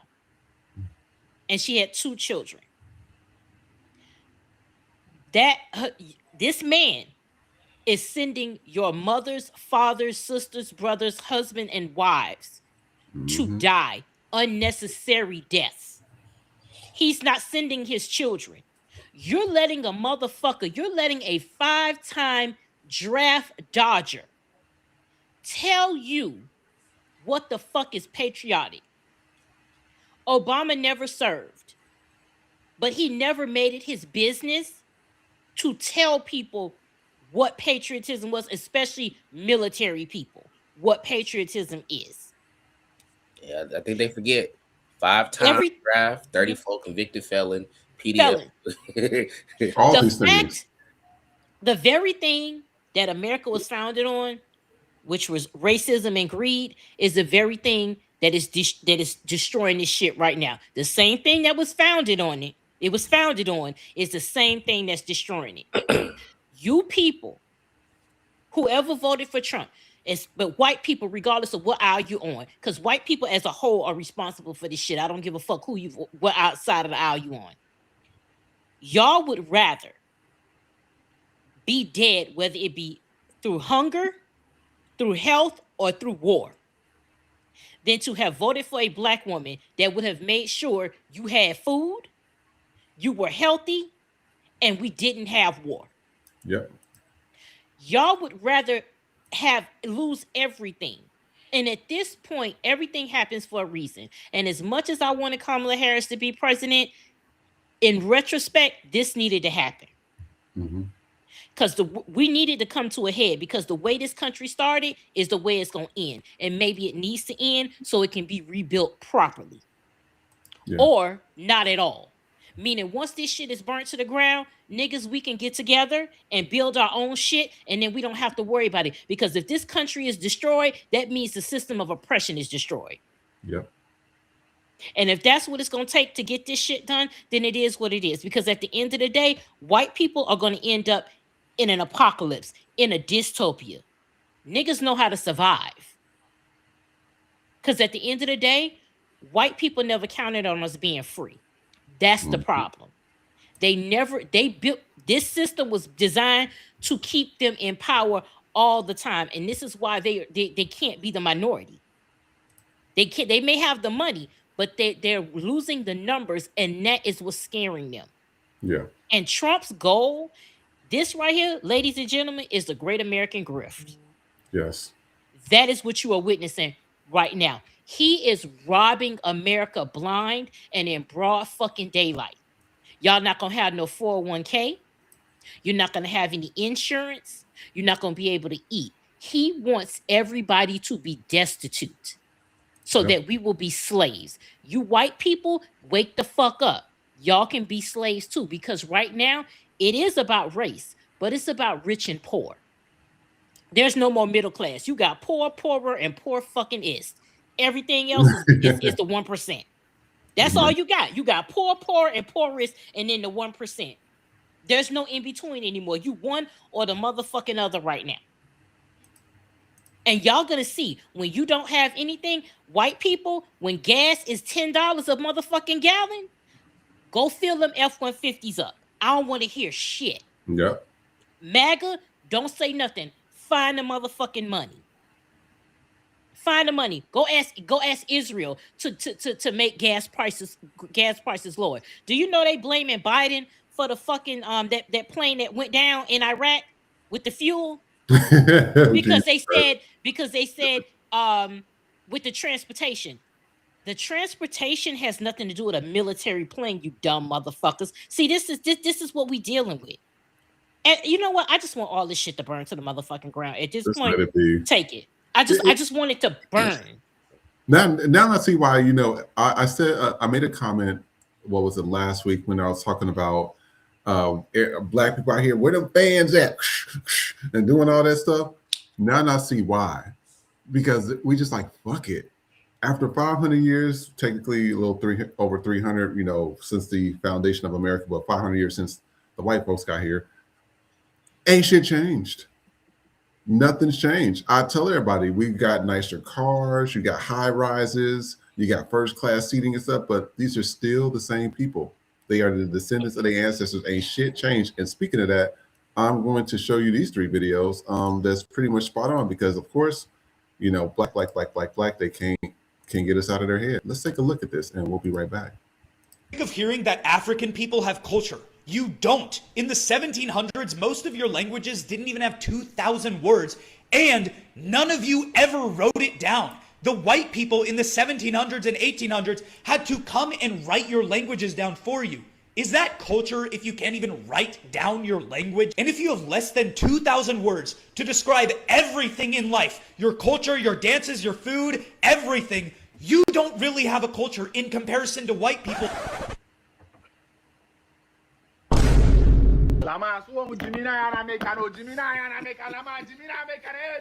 Wow. I mean, you do have a lot of balls talking about culture. For someone whose country was built entirely on the back of immigrants, you sure do have a lot of balls. Now, let's talk about culture, right? You want to talk about, first of all, you talked about writing systems. Okay, so if you're not in a rush to pick up your phone and press the record button, you will know that civilization started from Africa. You don't know. You will know that writing systems predate in Egypt, which was Kemet back in the days. I'm talking about the real black people. I mean, Ethiopians had their Bible before you people did. Universities existed in Africa way before the white man's world. They were studying mathematics, science. People were graduating before the white man did. Talking about civilization, when you go to Egypt and Sudan, they still have structures over there. And your people are still there trying to figure out how these things were built. I'm sure you used the WC this morning. Thomas Bordis came to write a book about it in the Ashanti Empire. You people didn't even know how to clean yourself. You learned that from Africa. And you're talking about culture. Okay, that's really funny. So what exactly is the American culture? Because bro, I can't even name one. Tacos, burritos, pizza, barbecue, these things are all not yours. I'm telling you. They belong to immigrants. The burger, it came from Germany. You are going for a coffee break. This coffee came from Ethiopia. Let's talk about the language. First of all, the language is not even yours. You don't know. Even the name of the country is not even yours. It came from Italian explorer. We, Africa, that we have over 2,000 languages. We can even borrow you 100 if you like. When it comes to music, we have what? Jazz, rock and roll, hip hop, rap. It came from African Americans. Rap came from Africa. The famous American banjo, it came from Africa, Gambia. You people literally borrowed everything. And you are here talking about culture. I'm sick of hearing that African ate his ass up. And let's take a look at this. And shit. Bro, it's so much more shit, bro. You ever see Texas Chainsaw Massacre? The inspiration came from the plantation. You ever see Texas Chainsaw Massacre? Yeah, of course. Leatherface. I hate to say this now, but it's one of my favorites. That's crazy. It's funny because it's a movie, right? But that was the reality. When they would kill your brother and wear his face. Wow. Hold on. They would kill your brother and wear his face while they... Oh, no. Let me finish this, God. They would kill your brother and wear his face while they fuck you in the ass in front of your wife. Right? While she's pregnant. And then rip the baby out her stomach. Step on the baby's head. Murder your... You like, what? And then take your grandmother, your grandfather in a pot and boil them. And you so hungry, you so starving, they feed you to pieces, man. You think give a yo, bro, you think give a fuck about some cracker? Huh? That give a fuck. We forgot. They don't teach you that part of slavery. Lynches and shit. And show you this. Take a look. You don't pillage land, you don't harm women and children, you defeat a king and form an alliance, letting him keep his throne. And was it always followed perfectly? No. But it was the standard. The ethical floor was just that high. Now compare that with what Europe chose to do. Mass enslavement with zero rights, forced cultural erasure, your gods are gone, your language is gone, your self-belief is completely crushed. Systematic extraction of every last resource until the land was completely hollow. At that point, you can't claim that it was survival. It was just greed without a conscience. Europe's competitive environment built the weapons. I get that. But the choice to use those weapons to dehumanize entire civil... And someone recently in the comments, somebody says, why is everyone overlooking their biggest advantage, disease? And, you know, this is why I be telling everybody. I said, you know, just like that white dude, he was like, oh, black culture. I'm telling you, black people, we need to close ranks. We need to band together. We are on our own. We show plenty of videos on this show. And don't get me wrong, it's not all groups. But that's why I tell people those stats and analytics, those numbers. I said, oh, I only mess with 70% of them, or I only mess with 20%. It's a reason why, because the elections, that's statistics, that's numbers. If you're not paying attention to, hey, 70% of Asians still believe in their own deportation, their own racism, there's nothing I can do. Because that 30% over there is the minority. This is why this is why the whole administration, everybody's still there. The only one that's left is Kristen Noman. She didn't even leave. They just reassigned her. And she still got, well, how much she still? $200 million? Yep. $40 million. Still got to keep it. That's why I tell you, when people talk about criminality and, you know, the law, I said, how I see the law, when white folks is doing it, The good part of the law applies to them if they like you. So you got to be on their side. And when I say that, that's the pardons, that's the leniency, that's the mistrials, all the good stuff. And the bad part applies to everybody they don't like. They do not use both parts of the law. The bad part is all the longer sentences, trying to convict them, not giving them due process. That's why I said the law is just full of shit to me. It's depending on who's in power and who picks and chooses. Just like with that Brock Turner and that other white dude in Oklahoma, the whole thing where he literally was sexually assaulting 2 girls. The mom walks by the room and knocks on the door and says, "Yeah, okay." And then he says, "Yes, mom," whatever, and continues to beat and rape them. And she goes downstairs like, "Ain't shit going on." All this is in court documents. This is why I be telling y'all, we got to close ranks. What do y'all think? I know Nikki got a lot to say, so I'm gonna say my stuff briefly. You know what I'm saying? But like, I feel like go ahead. Go ahead. I feel like I agree. There is a lot of systemic racism. It hasn't changed. You know, I had a debate with somebody recently, and they said to my face that systemic racism is not real, and racism is not one of the pillars that built America. I mean, racism / slavery was not one of the pillars. So then my simple response to that was like, what was one of the most economical advantages that built America? They said cotton. Who picked the cotton? Slaves. But and then we went into this whole little shut the fuck up. What you talking about? You know what I'm saying? So that ended that in the butt. But going back into what you're saying, yes, I agree that there's a lot of favoritism, and we see it in modern day. We already know that systemic racism exists in our community. We've been seeing that shit from redlining and just like improper jailing, and you know, people getting convicted even though 60% of them get overturned and this, that, and the third. But like the January 6 rioters, a lot of them motherfuckers got pardoned. And then it's funny because I keep seeing these stories of the January 6 rioters that were once pardoned by the Trump administration now getting caught up in yet something else. And a lot of it having to be with like pedophilia. I don't know what that is all about, but yet you have Antifa, which I still don't even know what the fuck that is. Define it in a Congress hearing, but Antifa there's 4 or 5 members I recently saw in the headlines that are facing life in prison when the government has still not yet defined what Antifa really is. But to break it down, it's simple, what you just said, it's favoritism. Do they like you or they do not like you? If they don't like you and what you stand for, they're gonna fuck you up until the moon turns blue. But if they like you, they'll give you another chance and another chance, even though you're an awful human being, like all the January 6 partners that we're seeing. One of them most prominent and most notable is Jake Lang, aka Edward Lang. I did a video on him and how he's a fucking a convicted felon already. He has like a lot of aggravated assault charges and shit like that. His name is in court documents, so I didn't dox him. He's already in court documents. People just call him Jake Lang because that's what he goes by. But his name is Edward Jake Lang. You can look him up. He's not safe. His address is posted online. You can do all that research yourself. And then recently, if you didn't know, he also got caught up in pedophilia. He's one of like 10 January 6 rioters I've seen in the last 6 to 8 months that have made headlines for being a pedophile. So it's just crazy, man.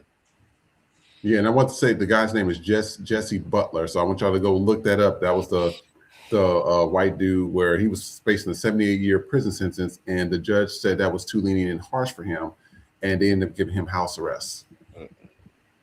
This is recorded. There, I saw where there was a Republican. I don't know if he was former senator or something like that, and he was sentenced to a long time in prison for raping children. And 41 Republican senators wrote letters on his behalf so he could get a leaner sentence. The reason why these white people, and again, I don't care what side of the aisle you on, but definitely you Republicans, the reason why y'all not trying to get Trump out of that is because you see yourself in him. If the president sexually abusing children is not a deal, if anybody sexually abusing children is not a deal breaker for you, then we need to check your computer. If you're okay with it, that means you're either already doing it or you want to do it. And they're going to use Trump and everybody else as a reason to do it. I'm not saying only white people are pedophiles, because clearly it runs in every ethnicity, race, national, whatever, right?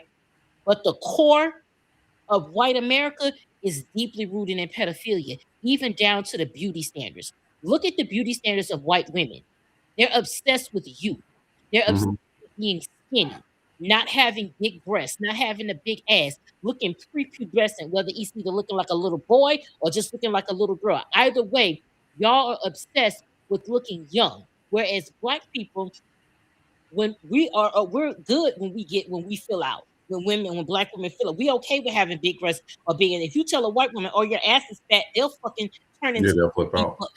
They'll flip out and go have an eating disorder because they're obsessed with youth, because white men are obsessed with youth because they want you to be younger, because they want you to look like a fucking child. That's why that's why a lot of these Republican closeted gay men be on them twink shit, because they looking that's what they want. That is it. And to say, when all of this is said and done, when Democrats take this shit back over, and all of this is said and done, I don't want to hear white people ever say white privilege don't exist, because you're living it every day on a grand scale. Y'all already had white privilege, but the fact that you have an alcoholic Fox News host who wasn't good enough to be on TV except one day a fucking week is now running the Department of Defense. Erica Kirk, who ain't never did shit in her life but fucking marry a racist and bear his children, is now on the board of the Air Force Academy. To do what, bitch? The fuck you think? Got a history in the White House. Actually, a lot of people don't know she has a history. There's a documentary. I can't think of the name of it right now, but she was in a documentary in like early 2000 related to the Central CIA. So I don't know if she's CIA, but she got history in the White House. She's just as much of a plant as Lex Wessner. What's his name? Not Lex Wessner. The other dude is. I honestly feel like they just don't talk about it. She had a whole life. She lied about not having any boyfriends and shit prior to that. The internet dug up everything. We know everything. It's awful. And of course, this is going to be a conspiracy until proven otherwise. But I seriously believe that she's a plant. She's not no dumb red blondie that they want us to believe. She got history. But you said something about how like this administration and Congress, they don't want to stand up for Trump because they see themselves in him, and you're not wrong. I'm going to reference 3 bills for you that are relevant to sexual assaults in the House, never passed. Y'all remember the Me Too movement? There was a Congress bill. It was the Me Too Congress Act, and it was pushed by Jackie something, and it was supposed to target sexual assaults and allegations and how the United States Congress handled them. It did not pass. Then you had earlier this year, you had HRS 1100 2026. It released sexual misconduct records. Again, that didn't pass. And there was another one earlier this year too. It was resolution of relieve sexual harassment slush fund, and it would pretty much disclose all the names related to sexual assault settlements paid by taxpayer dollars related to congressmen. That was 2006. It also did not pass. So you're right to believe that they see themselves in them, because the same congressmen that will not vote out Trump are the same congressmen that are in these 3 bills that would require disclosures of all their allegations as well. Mm-hmm. Yeah, it's just this is really unfortunate that this is the world we live in right now. But this is why I tell everybody on here, if y'all know of anything that's going on in your region, please let us know on FTP. Please, hey, this is something we need to discuss, or how we need to band together, or etc. But we need to start banding together. I'm telling you, so you're about to really hit the fan. I keep saying they talking about all these false flags. I said that ain't nothing but white people in the fucking White House that want to harm people. And I keep telling everybody, if you go and read Operation Northwood, this was a real unclassified document. You go read about yourself. This is when our branches of military went to John F. Kennedy and said, hey, we want to go to war with Cuba. That's why this whole thing with Cuba, this is nothing new. We want to go to war with Cuba, but to justify going to war with Cuba, we need to have it seem like they bombed our city. John F. Kennedy said, hell no. And it was not just hell no. It was also he wanted to get out the Vietnam War, because this is also starting to have a reminiscence of the Vietnam War. All of a sudden, he ends up unalive, weeks later. This is why I be telling y'all got to pay attention to stuff. We're going to go through our closing videos of the day. There's some stuff we're going to see, and also there's some good things. There's some positive things that's going on. So I'm going to show you guys some of these videos right here. The first one we're going to show is that we know that we actually clean up plastic. We're actually doing something. So take a look.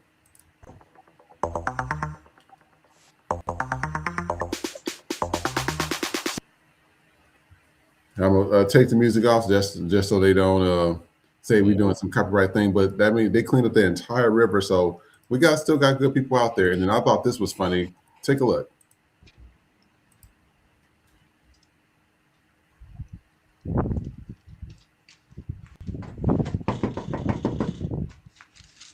Kayla! Kayla! What is that? Kayla! A little dog. Kayla! She knows she need to be ashamed of herself.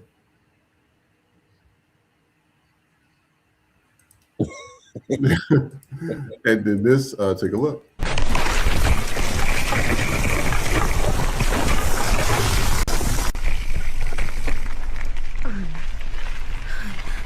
Hola, hola, hola.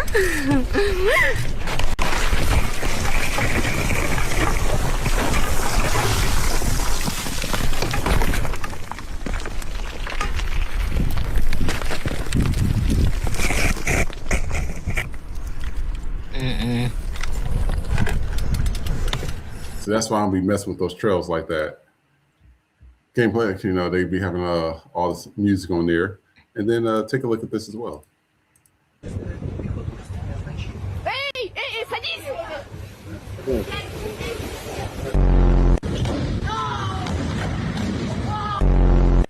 Doing well, dog. 11:30. No.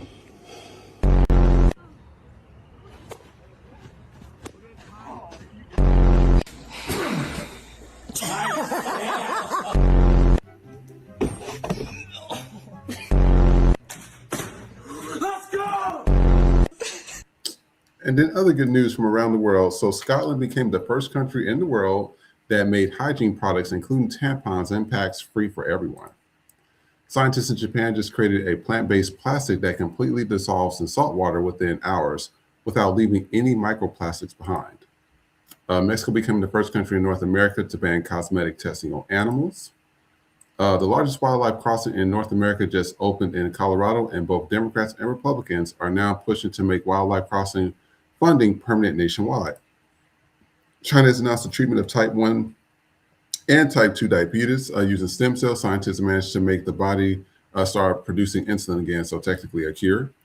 Kazakhstan has accomplished the impossible. They're bringing the dead aerial sea back to life. The water level has risen by 42%. Salinity has decreased by 75%. Fish are thriving again. This is how you can stop ecological catastrophe. Flower that's 32,000 years old has bloomed again from the seeds that a squirrel hid during the Ice Age period. Indonesia has officially banned elephant riding throughout the entire country, which has become a major victory for animal protection.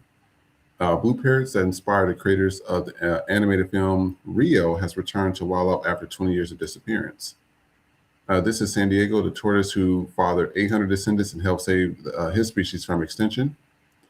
And so those are good news things. And then this is some activists that's going on, but you know how Europe does, they do it very different. Take a look. We'll be right back.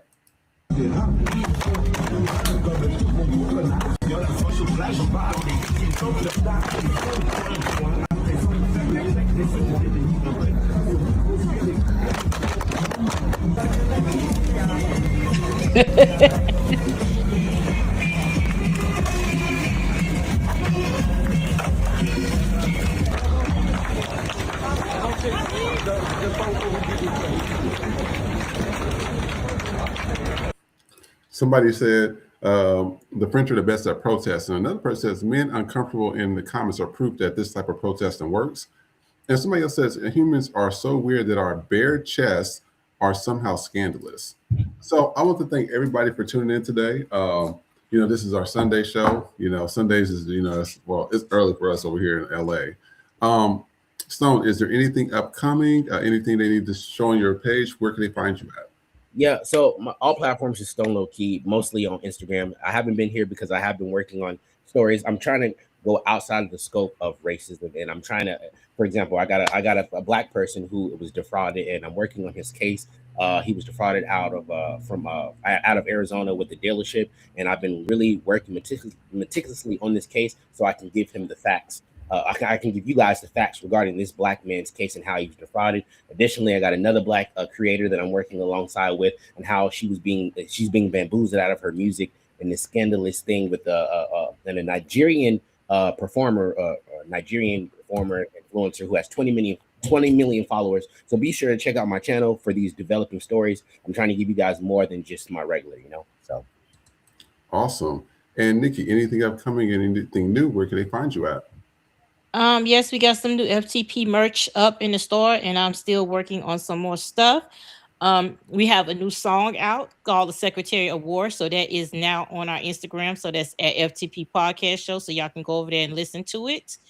And it'll be on the show tomorrow. So this is our new logo. So we got new FTP merch, and I'm still going to start working on the pet stuff and all of that.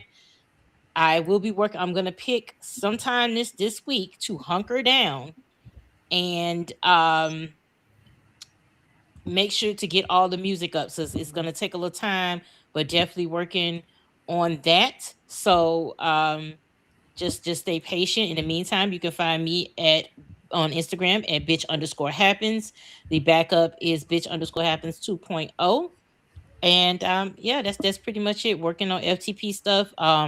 Like Vision said, we have the website coming soon. We still, working on the back end. We're not gonna put it out until it's, the way it needs to be. But it is coming, and we are working on a lot of good stuff. So we're trying to do a lot at once. But thank you all for just rocking with us and being patient. So I'm coming up with the merch. I'm working on it. Working on some new songs now. So like my brain, the minute I get an idea, I'm like, oh wait, I gotta, so it all come together. But I'm working on some good stuff for y'all. So I hope you like it. Yes, and also you guys, I also uploaded a poll. So there's a poll on our YouTube page. So go there and go vote which you would like to be a part of FTP Network, because we're working on a few different things that we discussed before. We might have cooking with FTP. We might have more one-on-one personalized interviews at FTP. Trend Street is coming out. So we have a lot of stuff that's happening soon. Also, thank you to everybody that, first of all, our Cash App and Venmos, because we get 100% of those donations. Thank you for those. Also, our Super Chats. Thank you for that. And also for everybody that has liked, shared, and subscribed, or also created their actual account on other platforms and went there and subscribed on our channel, especially with Rumble and Twitch. Thank you so much. We appreciate that, because like, share, subscribing does help us, and it helps the algorithm. We will be back tomorrow at 5 p.m. Pacific Standard Time, which is 8 p.m. Eastern Standard Time. And that will be happening from Monday through Thursday. People wanted me to remind them about that, so I'm reminding you now. Other than that, please like, share, subscribe. We will see you next time. Take care. FTP Podcast has partnered with Savage X Fenty. New members get up to 60% off site-wide with Savage X Rewards. Exclusive pricing and discounts on Fenty Beauty and Fenty Skin. Access this special offer via our link tree at linktr.ee/FTP Podcast Show.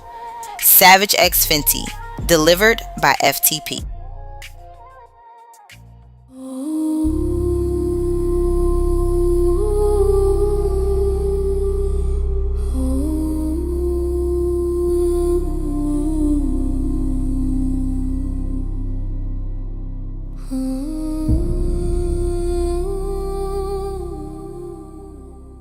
Silk Press Jesus has returned. He's white, historically rebranded, and grinder approved for Christian comfort.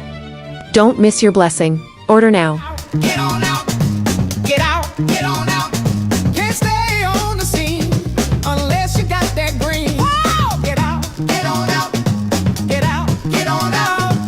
Ice is on that ass, you don't get a fourth chance. Whoa! Get out, get on out, whoa, get out. I didn't vote black, got that ass in back.